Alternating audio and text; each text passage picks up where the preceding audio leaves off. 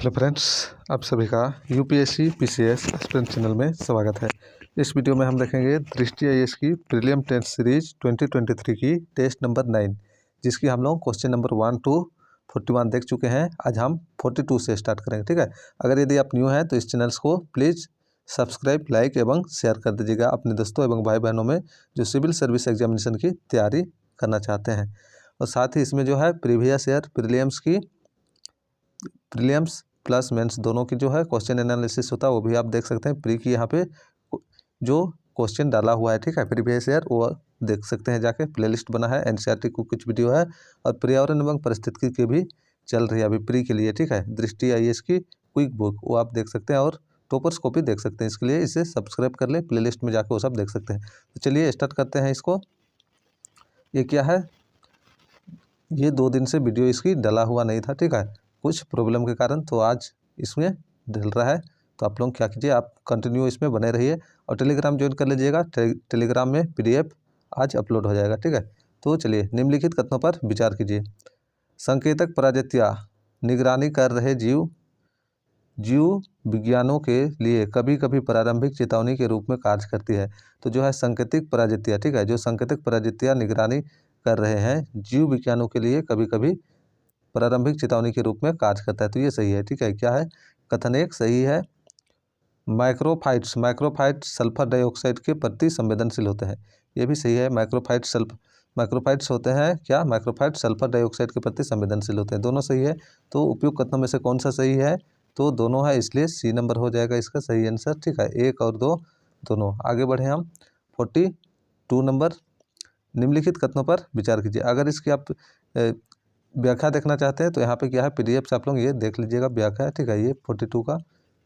तो ये देख लीजिए, ये क्या है, सांकेतिक प्रजातियाँ एक क्षेत्र में सर्वाधिक संवेदनशील प्रजातियों में से एक हो सकती है और कभी कभी जीव विज्ञानियों द्वारा निगरानी के लिए प्रारंभिक चेतावनी के रूप में कार्य करती है, इसलिए कथन 1 क्या है हम लोग का सही है। कथन 2 माइक्रोफाइट्स जैसे लाइकेन हवा की गुणवत्ता के संकेतक है और यह सल्फर डाइऑक्साइड के प्रति संवेदनशील होते हैं, इसलिए कथन 2 भी सही हो गया, ठीक है। आगे देखें हम 43 नंबर। निम्नलिखित कथनों पर विचार कीजिए। मुद्रास्फीति कुंडली एक ऐसी स्थिति को दर्शाती है जिसमें वेतन मूल्यों को ऊपर बढ़ाता है तथा मूल्य भी वेतन को ऊपर खींचते हैं। तो यहाँ पे देख लीजिए, मुद्रास्फीति कुंडली एक ऐसी स्थिति को दर्शाता है जिसमें क्या होता है, वेतन मूल्य ऊपर बढ़ता है तथा मूल्य की जो वेतन होता है वो भी ऊपर बढ़ता है, ऊपर खींचता है। तो इस प्रकार ये सही हो गया, ठीक है। मुद्रास्फीति अंतर कुल सरकारी खर्च के अतिरिक्त राष्ट्रीय आय के अतिरिक्त को संदर्भित करता है। राष्ट्रीय आय के अतिरिक्त को संदर्भित, तो अतिरिक्त मतलब जो एक्स्ट्रा खर्चा होता है, अतिभार, तो ये क्या है, गलत हो गया, ठीक है। इसकी व्याख्या अगर, तो इस प्रकार ये गलत हो गया। तो उपयुक्त कथनों में से कौन सा सही है, तो केवल 1 होना चाहिए, ठीक है। 2 नंबर गलत है, केवल ए। इसकी व्याख्या देखना चाहे तो ये देख सकते हैं। मुद्रास्फीति कुंडली एक ऐसी मुद्रास्फीति की स्थिति जो कि वेतन और मूल्य के बीच अंतःक्रियात्मक प्रक्रिया का परिणाम होती है और जिसमें वेतन मूल्यों को ऊपर बढ़ाता है तथा मूल्य भी वेतन को ऊपर खींचते हैं, को मुद्रास्फीति कुंडली कहा जाता है। कथन 1 इसलिए क्या है, सही है। इसकी कथन 2 देखें। मुद्रास्फीति अंतर राष्ट्रीय आय के ऊपर कुल सरकारी खर्च के अतिरिक्त अर्थात राजकोषीय घाटा को मुद्रास्फीति अंतर कहा जाता है। इसका आशय उत्पन्न स्तर को बढ़ाना है जो कि अंततः इस प्रक्रिया में मुद्रा की अतिरिक्त उत्पत्ति के कारण मूल्यों को बढ़ा देता है, इसलिए कथन 2 क्या है हम लोग का गलत है। बाकी ये सब आप लोग पढ़ लीजिएगा। आगे बढ़े हम 44 नंबर। निम्नलिखित कथनों पर विचार कीजिए।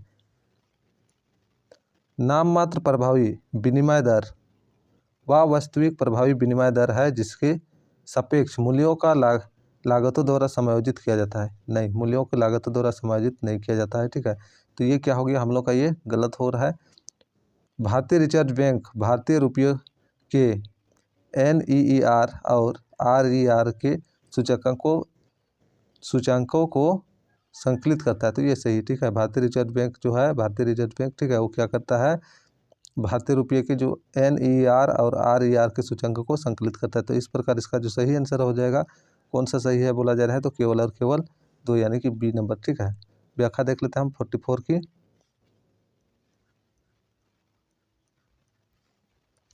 रिजर्व बैंक भारतीय रुपये, व्यापार और निर्यात भारतीय दोनों के नाममात्र प्रभावी विनिमय दर NER और वास्तविक प्रभावी दर RER के सूचकांकों को संकलित करता और प्रसारित करता है।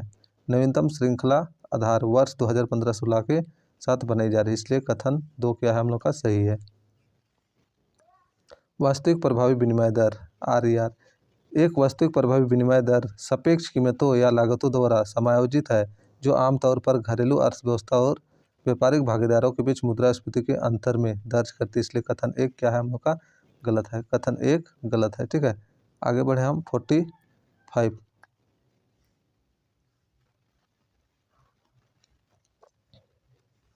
वे लोकप्रिय रूप से कप्लोटिया तमिल खेवनहार, ठीक है, कप्लोटिया तमिलन यानी तमिल खेवनहार के नाम से जाने जाते हैं। उन्होंने वर्ष 1905 में बंगाल विभाजन के बाद राजनीति में प्रवेश किया। उन्होंने स्वदेशी प्रचार सभा, धर्म संघ, नेसाऊ सलाई, देश विमना संघ आदि जैसे कई संस्थाओं की स्थापना की। वर्ष 1906 में उन्होंने स्वदेशी स्टीम नेविगेशन कंपनी के नाम से एक स्वदेशी मर्चेंट शिपिंग संगठन की स्थापना की। उपयुक्त वर्णन निम्नलिखित में से किस स्वतंत्रता सेनानी से संबंधित है?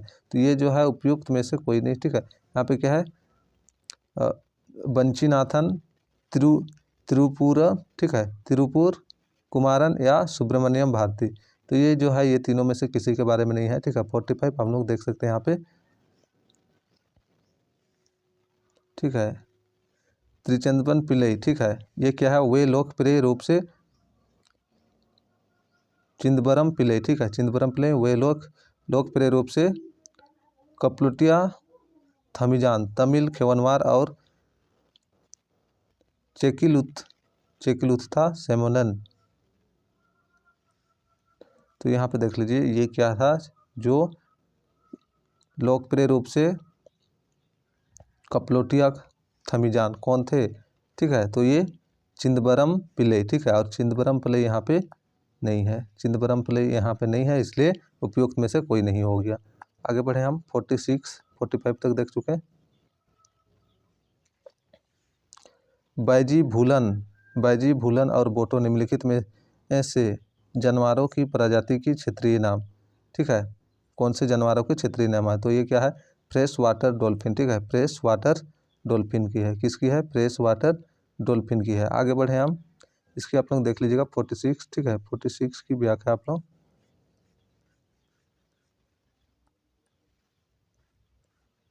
ये रहा 46, ठीक है, गंगा नदी डॉल्फिन।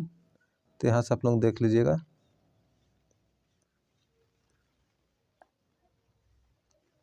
आगे हम देखते हैं 47।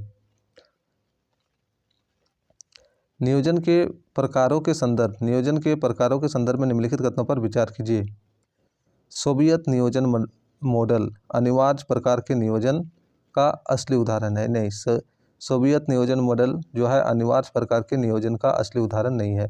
2 नंबर, नियोजन का सांकेतिक प्रकार बाजार को बदलने पर केंद्रित है। तो ये सही है, नियोजन का सांकेतिक प्रकार, ठीक है, जो बाजार है यानी कि मूल्य प्रणाली को बदलने पर केंद्रित है। इस प्रकार इसका सही आंसर हो जाएगा 2, केवल 2, ठीक है। कौन सा सही है बोला जा रहा है उपयुक्त में? तो केवल और केवल 2 हो जाएगा सही आंसर। इसकी व्याख्या हम लोग देख सकते हैं 47 आदेशात्मक नियोजन। तो ये बाकी आप लोग पढ़ लीजिएगा, मैं बस जो ऑप्शन में है वही देख लेते हैं। यहाँ पे आप देख सकते हैं नियोजक, ठीक है, नियोजक। तो यहाँ पे साम्यवादी चीन ऐसी प्रणाली का असली उदाहरण है, ठीक है, साम्यवादी, ठीक है, इस साम्यवादी जो है साम्यवादी चीन, ठीक है, क्या है उसका, हालांकि कृषि के समूहीकरण के बाद भी सोवियत संघ में भी थोड़ा बहुत बाजार मौजूद था, अतः कथन 1 क्या है हम लोग का गलत हो गया।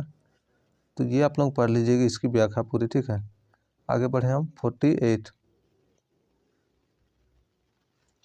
निम्नलिखित में से कौन सा कथन मृदा संस्तर के संबंध में सही नहीं है? मृदा संस्तर के संबंध में कौन सही नहीं है वो बताना है। ई संस्तर आमतौर पर हल्के रंग का होता है, ये सही है, ठीक है। ई संस्तर क्या है? आमतौर पर हल्के रंग का होता है, तो ये तो सही है। सी संस्तर को सेप्रोलाइट के रूप में जाना जाता है, सी संस्तर को सेप्रोलाइट, तो ये भी सही है। ए संस्तर एक उप सतह संस्तर है, नहीं ये गलत है। ए संस्तर एक उप सतह संस्तर नहीं है, उपयुक्त में से कोई नहीं। तो यहाँ पे क्या है, सी नंबर हम लोग का गलत है 48 का। यहाँ पे हम देख सकते हैं 48 ये रहा, ठीक है। ए संस्तर यहाँ पे देख लीजिए, ए संस्तर एक सतह संस्तर है। ए संस्तर क्या है, एक सतह संस्तर है जिसमें बड़े पैमाने पर कार्बनिक पदार्थों की मात्रा के साथ खनिज, ठीक है, रेत, गाद और मिट्टी होते हैं। इसलिए क्या हो रहा है, ये गलत हो रहा है कथन से। आगे बढ़े हम 49, निम्नलिखित कथनों पर विचार कीजिए। जैव संचयन एक एकल ट्रैफिक स्तर तक सीमित है। जैव संचयन एक एकल ट्रैफिक स्तर तक सीमित है, तो ये सही है। जैव आवर्धन में प्रदूषक अल्पकालिक और जैविक रूप से निष्क्रिय होना चाहिए, तो ये गलत है, ठीक है। क्या है, जैव आवर्धन में प्रदूषक अल्पकालिक और जैविक से निष्क्रिय होना चाहिए, अल्पकालिक नहीं दीर्घकालिक होना चाहिए। इसलिए क्या है 49 का जो कथन हम लोग का 2 है वो गलत हो रहा है। उपयुक्त कथनों में से कौन से सही है, तो केवल और केवल एक, यानी कि ए नंबर, ठीक है 49। इसकी हम लोग व्याख्या देख सकते हैं 49 ये रहा। जैव संचयन में एक खाद्य श्रृंखला में पर्यावरण से पहले जीव को प्रदूषक के सांद्रता में वृद्धि संदर्भित करता है, इसलिए कथन एक क्या है हम लोग का सही है। जैव आवर्धन के लिए प्रदूषक लंबे समय तक जीवित, गतिशील, वसा में घुलनशील और जैविक रूप से सक्रिय होना चाहिए, इसलिए कथन 2 गलत हो रहा है, क्योंकि उसमें लघु समय बोला है, यानी कि ये लंबे समय यानी दीर्घ समय रहता तो सही होता, ठीक है। नेक्स्ट देखें हम 50 नंबर।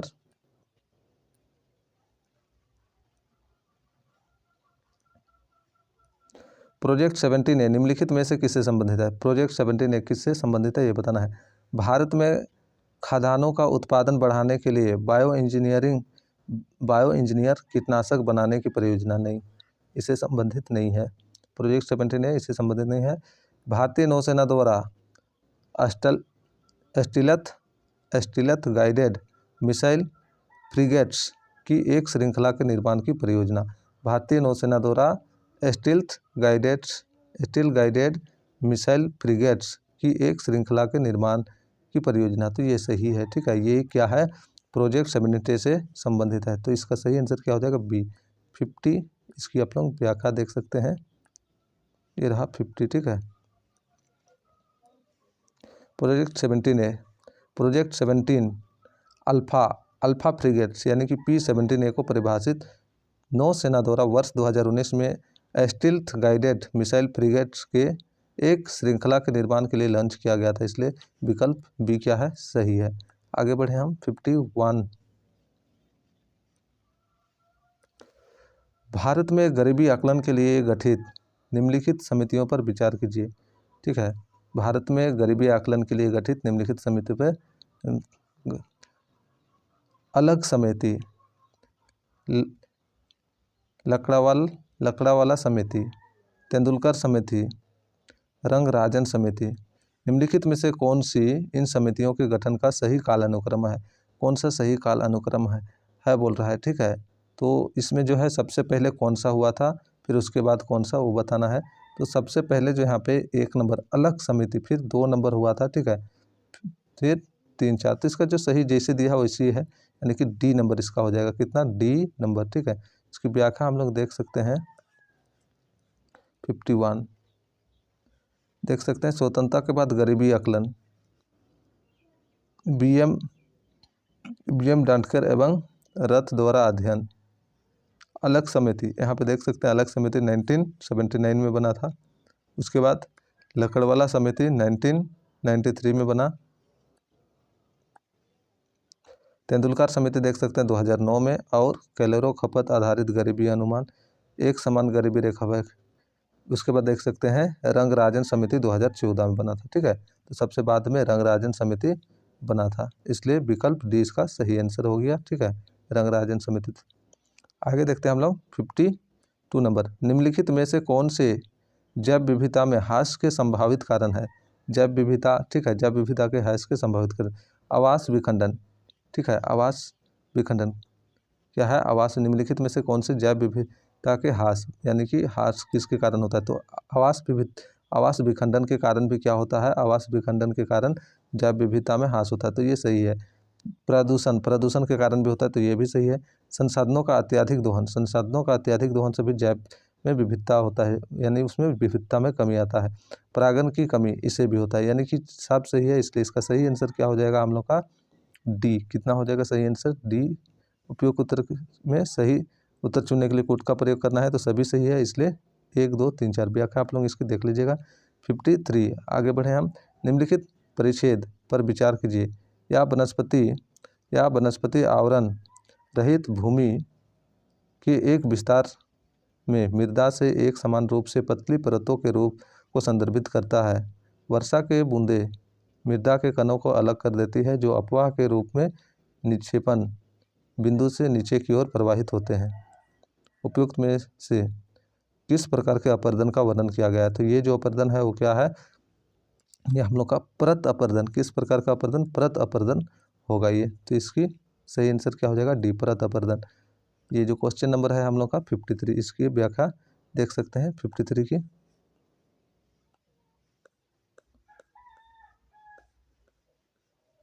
ये आप लोग देख लीजिएगा, ठीक है। आगे बढ़े हम लोग 54।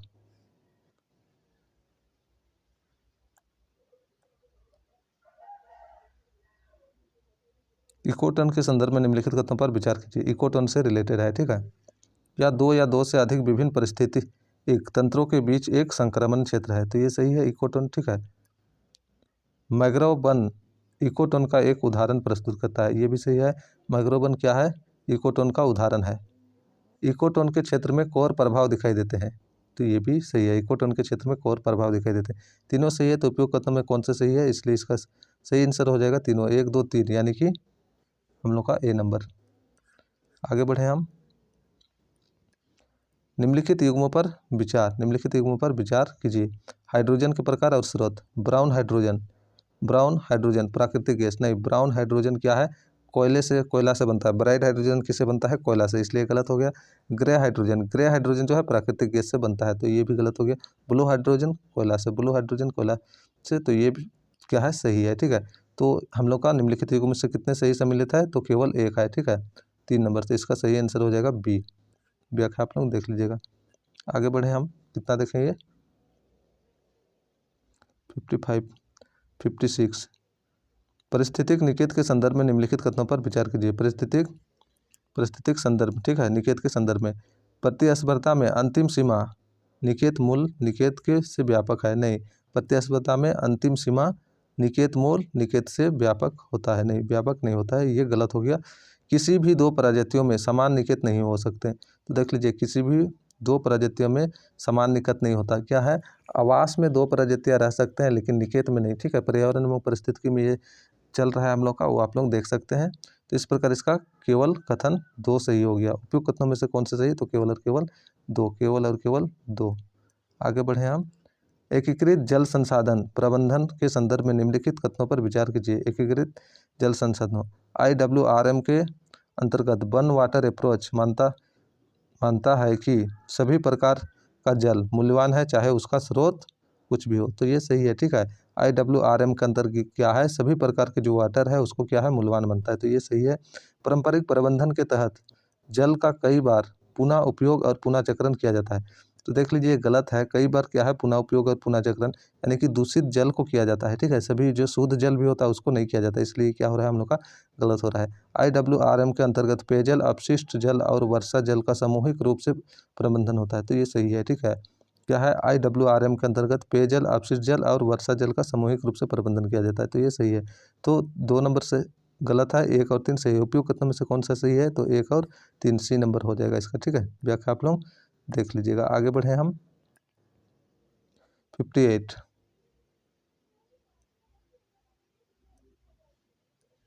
वनस्पतियों के संदर्भ में निम्नलिखित कथनों पर विचार कीजिए। कवक में क्लोरोफिल पूरी तरह से अनुपस्थित होती है। कवक में क्लोरोफिल पूरी तरह से अनुपस्थित होती है, ये क्या है, सही है, ठीक है। लाइकेन, शैवाल और कवक का एक संयोजन होता है। लाइकेन क्या होता है, लाइकेन शैवाल और कवक का एक संयोजन होता है, तो ये सही है, ठीक है। दोनों सही है, तो कौन सा सही है बोला जा रहा है, तो दोनों, इसलिए सी नंबर, ठीक है। 1 और 2 दोनों। आगे हम देखते हैं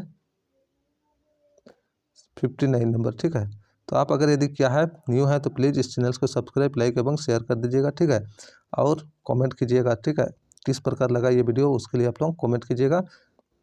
और इसमें जो है विजन आईएएस का भी टेस्ट चल रहा है। ठीक है, वो भी आप देख सकते हैं। उसका क्या है एक ही वीडियो अपलोड हुआ है, तो आप उसका भी प्लेलिस्ट बन जाएगा। निम्नलिखित कथनों पर विचार कीजिए। संयुक्त राष्ट्र द्वारा वर्ष 2023 को मोटे अनाज के अंतर्राष्ट्रीय वर्ष के रूप में घोषित किया गया है। तो संयुक्त राष्ट्र ने क्या है मोटे अनाज के रूप में 2023 को घोषित किया है, तो ये सही है। वर्ष 2018 को भारत में मोटे अनाज का राष्ट्रीय वर्ष के रूप में मनाया गया, तो ये सही है। भारत जो है 2018 को मोटे अनाज का राष्ट्रीय वर्ष के रूप में मनाया गया। राजस्थान भारत का शीर्ष मोटा अनाज उत्पादक है, ये भी सही है। राजस्थान में सबसे ज़्यादा मोटा अनाज उत्पादन होता है। तो इस प्रकार इसमें तीनों सही है, तो इसका डी नंबर सही हो जाएगा। ठीक है, 60 देख लेते हैं। विभिन्न नियोजन प्रस्तावों के संबंध में सही काल अनुक्रमिक क्रम की पहचान कीजिए। जन योजना गांधीवादी योजना, सर्वोदय योजना, विश्वेश्वरैया योजना। बी नंबर है जन योजना, विश्वेश्वर योजना, गांधीवादी योजना, सर्वोदय योजना। सी नंबर विश्वेश्वर योजना, जन योजना, गांधीवादी योजना, सर्वोदय योजना। डी नंबर विश्वेश्वरैया योजना, गांधीवादी योजना, जन योजना, सर्वोदय योजना। तो ये सही कालक्रम है। ये पहले हुआ विश्वेश्वरैया योजना, फिर गांधीवादी योजना, फिर जन योजना, फिर सर्वोदय योजना। इसका डी नंबर इसका सही हो जाएगा। 61 देखते हैं हम लोग। निम्नलिखित में से किस वस्तु को वस्तु और कर के तहत छूट दी गई। ठीक है, जीएसटी से किसको छूट दिया गया है इसके बारे में बता रहा है। मछली। ठीक है, तो मछली को क्या है छूट मिला है, जीएसटी नहीं लगता इसमें। ताजे फल का भी नहीं लगता है, ताजे फल और सूखे जो फल या सब्जी होता है उसमें भी नहीं लगता है। अदरक में भी नहीं लगता है। बिना भुने हुए कॉफ़ी बीन्स। ठीक है, बिना भुना हुआ कॉफ़ी बीन्स रहेगा उसमें भी नहीं लगते। खादी फाइबर में भी नहीं लगता है। प्रसंस्कृत हरी चाय की पत्तियाँ अब जो है क्या है इसमें लगने लगा है। प्रसंस्कृत हरी चाय की पत्तियाँ तो इसमें लगता है। नीचे दिए गए कोटों का उपयोग करके सही उत्तर का चयन करें। तो केवल 6 में लगता है, बाकी जो है 1 2 3 4 5 में नहीं लगता, इसलिए इसका सही आंसर 1 2 3 4 5 हो जाएगा। ठीक है, इसकी व्याख्या आप लोग देखना चाहिएगा, तो देख लीजिएगा।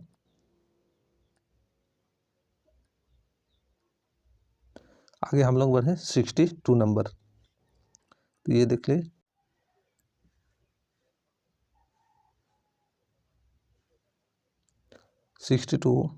निम्नलिखित में से कौन सा मिशन जलवायु परिवर्तन पर राष्ट्रीय कार्य योजना का हिस्सा नहीं है। कौन सा जो है राष्ट्रीय कार्य योजना का हिस्सा नहीं है। ठीक है, तो उन्नत ऊर्जा दक्षता के लिए राष्ट्रीय मिशन, ये तो क्या है हिस्सा है। ठीक है, मिशन जलवायु परिवर्तन राष्ट्रीय कार्य योजना का ये हिस्सा है। हरित भारत के लिए राष्ट्रीय मिशन, ये भी राष्ट्रीय योजना का हिस्सा है।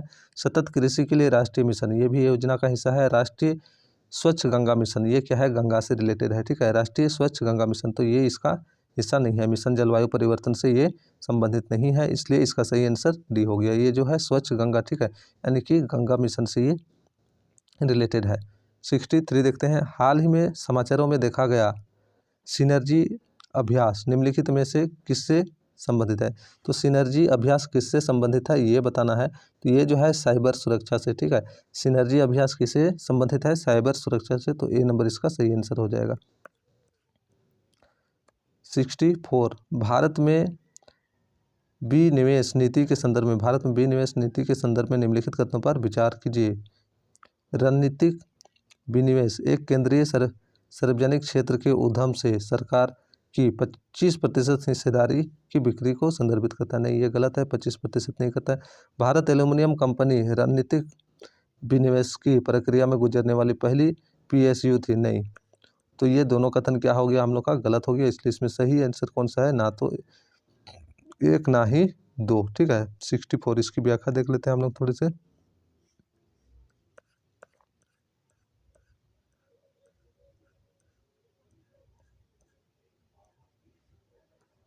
रणनीतिक विनिवेशक आयोग द्वारा रणनीतिक बिक्री के केंद्रीय सार्वजनिक क्षेत्र के उद्यमों में सरकारी हिस्सेदारी के 50% हिस्से की बिक्री अथवा ऐसी उच्च प्रतिशत है। तो 25 नहीं होना चाहिए, 50% होना चाहिए। इसलिए क्या हो गया हम लोग का गलत हो गया, कथन एक गलत हो गया, क्योंकि यहाँ पे 25 दिया हुआ है और होता कितना है 50%। आगे बढ़े। विनिवेशक की शुरुआत मॉडर्न फूड इंस्टीट्यूट लिमिटेड से हुई। रणनीतिक विनिवेश की प्रक्रिया से गुजरने वाले दूसरा PSU बाल्को था, अतः कथन 2 सही नहीं है, कथन 2 भी सही नहीं है। ठीक है, आगे बढ़े हम 65 नंबर। निम्नलिखित में से कौन सा कानून राष्ट्रीय हरित अधिकरण के दायरे में नहीं है? राष्ट्रीय हरित अधिकरण के दायरे में वन्य जीव अधिनियम 1972, देख लीजिए, ये वन्य जीव या वन संरक्षण अधिनियम 1972 यही जो है राष्ट्रीय हरित, ठीक है, राष्ट्रीय हरित अधिकरण के दायरे में नहीं है। तो इसका जो है कथन एक ही होना चाहिए। सार्वजनिक दायित्व बीमा अधिनियम 1991 ये क्या है? हरित अधिकरण के अंतर्गत है। वन संरक्षण अधिनियम 1980 ये भी उसके अंतर्गत है। जैव विविधता अधिनियम ये भी क्या है? हरित अधिकरण के दायरे में आता है। तो इसका सही आंसर क्या हो जाएगा हम लोग का? ए नंबर, ठीक है, ए नहीं है। आगे बढ़े हम 66। निम्नलिखित में से कौन सा घटक परीक्षित निधि के श्रेणी में आता है? परीक्षित निधि के, ठीक है, कौन सा कथन परीक्षित निधि के श्रेणी में आता है? केंद्रीय बैंक द्वारा सरकार को शुद्ध ऋण, केंद्रीय बैंक द्वारा सरकार को शुद्ध ऋण ये आता है इसमें, ठीक है, परीक्षित निधि के अंतर्गत आता है। केंद्रीय बैंक द्वारा वाणिज्यिक बैंकों को शुद्ध ऋण ये भी आता है। जनता के लिए सरकार की मुद्रा देनदारियां ये भी, तो तीनों आता है, ठीक है, परीक्षित निधि की श्रेणी में ये तीनों कथन आता है। इसलिए इसका सही आंसर, इसलिए इसका जो सही आंसर क्या हो जाएगा? D number. कितना है? डी, 1 2 3 डी में है, तो इसका सही आंसर क्या हो गया? डी। 66। अगर व्याख्या देखना चाहिए तो आप लोग ये देख लीजिएगा, नहीं तो PDF से पढ़ लीजिएगा, ठीक है।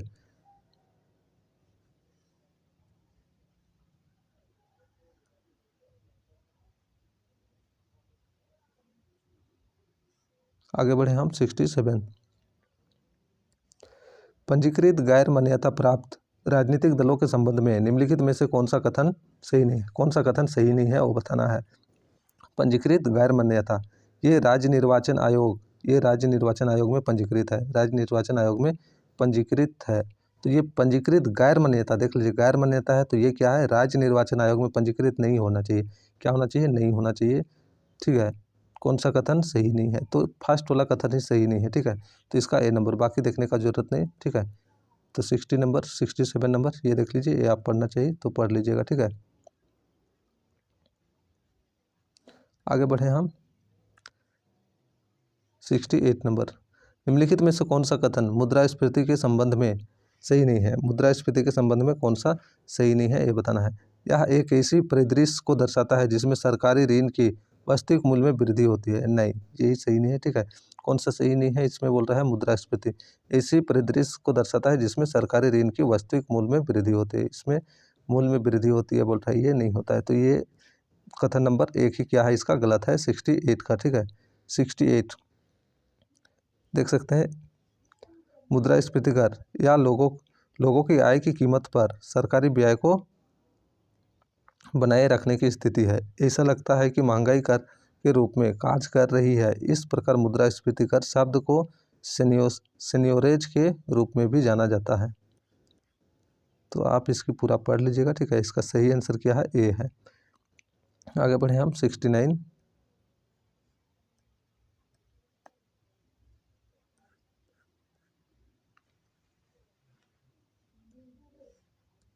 निम्नलिखित युग्मों पर विचार कीजिए। हरमल मिर्च गोवा, गोवा बोल रहा है, तो ये गोवा में नहीं मिलता है, ये कहाँ मिलता है? शायद मिजोरम, ठीक है, तो ये गलत हो गया। तामेंगलोंग संतरा, ठीक है, तामेंगलोंग संतरा मेघालय में, तामेंगलोंग संतरा मेघालय में ये सही है। डले खुरसानी मिर्च सिक्किम ये भी सही है। हाथी मिर्च मणिपुर, तो ये भी सही है, ठीक है। तो इस प्रकार जो है फर्स्ट वाला उपयुक्त युग्म में से कितने सही सुमिलित है? तो इसका जो सही सुमिलित है 3 युग्म है, फर्स्ट वाला गलत हो गया, ठीक है। तो सी नंबर इसका सही आंसर हो जाएगा 69 का। ये यहाँ पे हम लोग देख सकते हैं व्याख्या, ठीक है।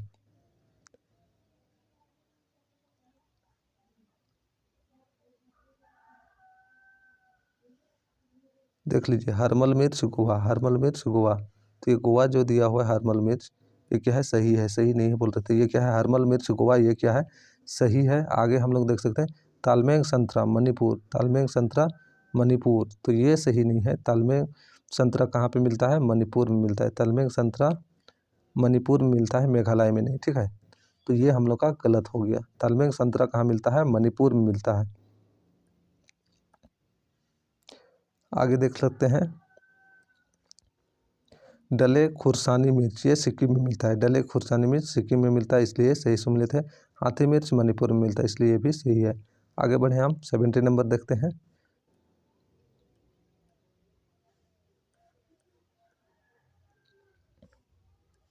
भारत में प्रमुख व गैर प्रमुख छोटे बंदरगाहों के संदर्भ में निम्नलिखित कथनों पर विचार कीजिए। दोनों प्रमुख व गैर प्रमुख बंदरगाह भारतीय बंदरगाह अधिनियम 1908 के तहत प्रशासित है, नहीं, 1908 के द्वारा प्रशासित नहीं है, तो ये क्या है, गलत हो गया। प्रमुख व गैर प्रमुख दोनों प्रकार के बंदरगाहों का स्वामित्व और प्रबंधन केंद्र सरकार के पास है, नहीं, दोनों का जो स्वामित्व है केंद्र सरकार के पास नहीं है। तो इस प्रकार इसमें जो है बोला गया है कौन सी कथन सही नहीं है, तो दोनों कथन सही नहीं है, ठीक है। इसकी व्याख्या हम देख सकते हैं 70 नंबर। देश में 13 प्रमुख बंदरगाहों और 200 गैर प्रमुख बंदरगाहों, छोटे बंदरगाहों, तो ये देख लीजिए क्या क्या बंदरगाह है यहाँ पे दिया है। अधिनियम 1908 के तहत परिभाषित केंद्र और राज्य सरकार के अधिकार क्षेत्र के अनुसार हर प्रमुख एवं छोटे बंदरगाहों के रूप में वर्गीकृत किया गया। इसको क्या है, 1908 में इसको वर्गीकृत किया गया था। सभी 13 बंदरगाह प्रमुख बंदरगाह ट्रस्ट अधिनियम 1963 के तहत प्रशासित है। तो 1963 के तहत क्या है, प्रशासित हुआ, और इसके तहत क्या है, इसको परिभाषित किया गया था 1908 के तहत, इसलिए कथन एक क्या हो गया हम लोग का, गलत हो गया। आगे देखें, केंद्र सरकार के स्वामित्व और प्रबंधन में सभी छोटे बंदरगाह भारतीय बंदरगाह अधिनियम 1908 के तहत शासित है, और राज्य सरकारों के स्वामित्व और प्रबंधन में तथा कथन दोनों क्या है, गलत हो गया, ठीक है। तो क्या है, केंद्र सरकार और राज्य सरकार दोनों के क्या है, प्रबंधन में है, इसलिए गलत हो गया कथन 2। आगे हम देखते हैं 71। निम्नलिखित युग्मों पर विचार कीजिए। अंतर्राष्ट्रीय कन्वेंशन और समझौते, ठीक है, अंतर्राष्ट्रीय कन्वेंशन और समझौता। स्टॉकहोम कन्वेंशन, स्टॉकहोम कन्वेंशन कीटनाशक और औद्योगिक रसायन, नहीं, ये क्या है, औद्योगिक और कीटनाशक और औद्योगिक रसायन के लिए नहीं हुआ था। बेसल कन्वेंशन अस्थायी कार्बनिक प्रदूषक, ये भी नहीं है। रोटरडैम कन्वेंशन खतरनाक अपशिष्ट की सीमा पराही उगमन, ये भी सही नहीं है, ठीक है। तो यहाँ से उपयुक्त युगों में से कितने सही सम्मिलित है, तो एक भी नहीं है, इसलिए इसका सही आंसर हो जाएगा ए, ठीक है, कोई युग्म नहीं। 71 की हम व्याख्या देखना चाहें, देख सकते हैं 71 की, ये देख लीजिए, ठीक है। स्टॉकहोम कन्वेंशन अस्थायी कार्बन प्रदूषक, ठीक है, अस्थायी कार्बन प्रदूषक, तो ये क्या है, हम लोग का सही नहीं है। उसके बाद रोटरडैम कन्वेंशन, यहाँ देख सकते हैं इसमें कीटनाशक और औद्योगिक रसायनों को शामिल किया गया है। तो रोटरडैम कन्वेंशन में क्या है, कीटनाशक और औद्योगिक रसायनों को शामिल किया गया है। बेसल कन्वेंशन खतरनाक अपशिष्ट की सीमा पराई आवागमन पर नियंत्रण और उसके निपटान के लिए वर्ष 1979 में बेसल कन्वेंशन को अपनाया गया।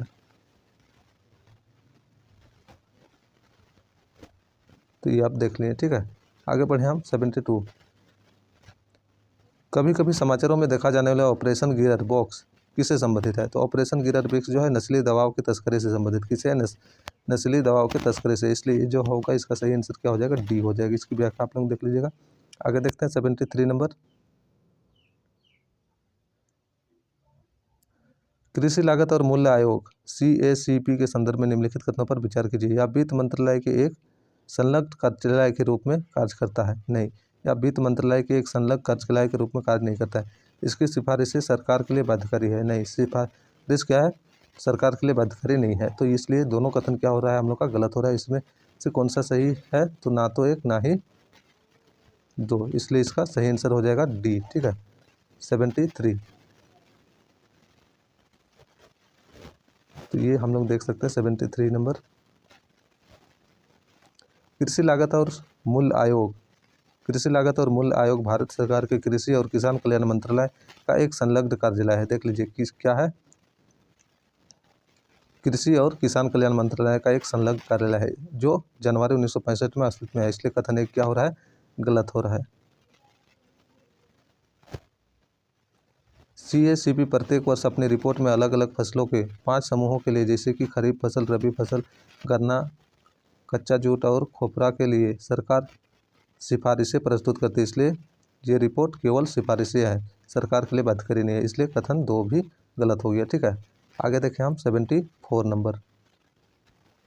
WEST पहल के संदर्भ में निम्नलिखित कथनों पर विचार कीजिए। इसका उद्देश्य महिलाओं को विज्ञान एवं इंजीनियरिंग में शोध करने के लिए प्रोत्साहित देना है। तो ये सही है। गैर वैज्ञानिक पृष्ठभूमि वाली महिलाओं भी इस पहल के लिए पात्र है नहीं, ये गैर वैज्ञानिक पृष्ठ के नहीं है। कथन 3, या विज्ञान और प्रौद्योगिकी मंत्रालय के तहत कार्यान्वित एक पहल है नहीं, तो ये भी गलत है। तो इसमें केवल एक कथन सही है। उपयुक्त कथनों में से कौन सा सही है? तो केवल और केवल एक, यानी कि ए नंबर इसका सही आंसर है। ठीक है, तो इसका सही आंसर क्या है? ये 74। अगर यदि आप न्यू है तो प्लीज़ इसको सब्सक्राइब, लाइक एवं शेयर कर दीजिएगा। तो ये आप देख सकते हैं क्या है, ये 74। ठीक है, तो ये देख लीजिए। कथन 2 क्या है? कथन 1 और 2 क्या है? सही नहीं है। कथन 3 इसका सही है। ठीक है, तो आप ये सब देख लीजिएगा। तो चलिए इसमें इतना ही, फिर हम नेक्स्ट वीडियो के साथ मिलते हैं। अगर न्यू है तो प्लीज़ सब्सक्राइब, लाइक एवं शेयर कर दीजिएगा।